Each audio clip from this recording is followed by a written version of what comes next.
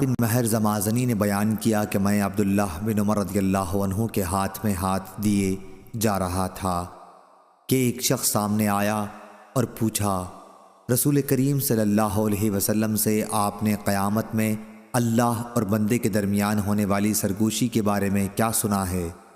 عبداللہ بن عمر رضی اللہ عنہ نے کہا کہ میں نے رسول اللہ صلی اللہ علیہ وسلم سے سنا، آپ فرماتے تھے کہ اللہ تعالیٰ مومن کو اپنے نزدیک بلا لے گا اور اس پر اپنا پردہ ڈال دے گا اور اسے چھپا لے گا۔ اللہ تعالیٰ اس سے فرمائے گا، کیا تجھ کو فلاں گناہ یاد ہے؟ کیا فلاں گناہ تجھ کو یاد ہے؟ وہ مومن کہے گا، ہاں اے میرے پروردگار۔ آخر جب وہ اپنے گناہوں کا اقرار کر لے گا اور اسے یقین آ جائے گا کہ اب وہ ہلاک ہوا، تو اللہ تعالیٰ فرمائے گا کہ میں نے دنیا میں تیرے گناہوں پر پردہ ڈالا اور آج بھی میں تیری مغفرت کرتا ہوں۔ چنانچہ اسے اس کی نیکیوں کی کتاب دے دی جائے گی، لیکن کافر اور منافق کے متعلق ان پر گواہ ملائکہ، انبیاء اور تمام جن و انس سب کہیں گے کہ یہی وہ لوگ ہیں جنہوں نے اپنے پروردگار پر جھوٹ باندھا تھا۔